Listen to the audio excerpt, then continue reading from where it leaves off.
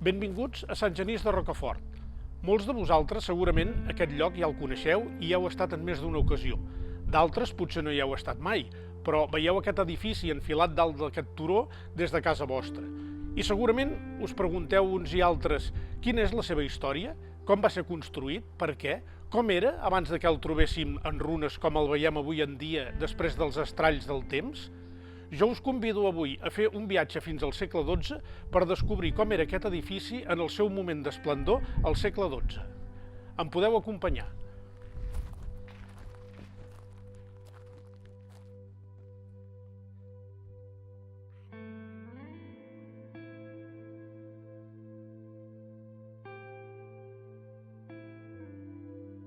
Començarem el nostre viatge a l'església de Sant Genís de Rocafort, entrant per la porta principal situada a la façana oest. Un cop aquí dins, podem veure com aquesta església està desprovista de la coberta i de la mur que la tancava formant l'absis.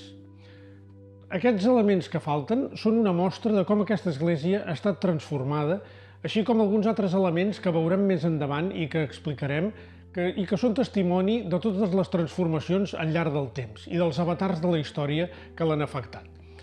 Començarem observant a la façana interior de l'església com a la part superior d'aquest portal apareix una finestra amb alguns elements decoratius que ens indiquen que originàriament no presentava l'aspecte que veiem actualment. Aquesta finestra era una finestra romànica i que, per tant, estava formada i decorada amb dues columnes, una a cada costat, i un arc de mig punt, que al segle XVI va ser substituït per aquest arc rebaixat que veiem avui. Aquesta estructura original la podem identificar, per una banda, per aquests elements decoratius que resten, també pels basaments dels dos pilars de les columnes i probablement són aquestes columnes a les que corresponen uns capitells que es conserven al Museu de l'Enrajolada de Martorell.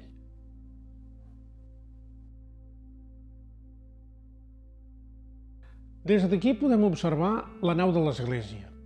Queda definida per 4 arcs, 2 a cada banda. 4 arcs que tenen un perfil diferent dels que podem observar en les altres parts de l'església, que són arcs de mig punt.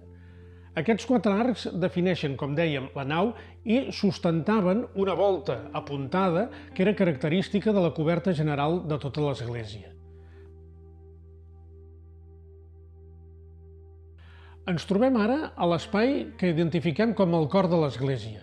El cor, habitualment, a les esglésies parroquials el situem als peus, però en aquest cas hem de tenir en compte que estem en una església monàstica i que, per tant, la seva distribució és diferent.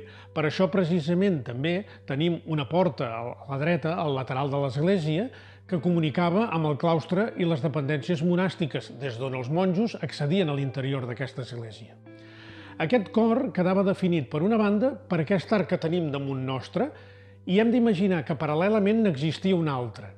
A banda i banda, on ara veiem uns arcs rebaixats que van ser construïts al segle XVI per transformar la coberta d'aquesta església, originàriament hi havia 2 arcs de mig punt que arrencaven des del mateix lloc que arrenquen els arcs gòtics. Aquests 4 arcs, a la seva vegada, sustentaven un cimbori que quedava tancat a la part superior mitjançant una bòveda. Aquests graons ens separen el cor del que seria pròpiament el presbiteri de l'església. En realitat, en el seu origen eren 3 graons que elevaven aquest espai sobre la resta del cor i de la nau. Una nau i un cor que, com heu pogut observar, estaven pavimentats amb una petita capa de calç i, bàsicament, el paviment el constituïa la mateixa roca sobre la que s'assenta l'església.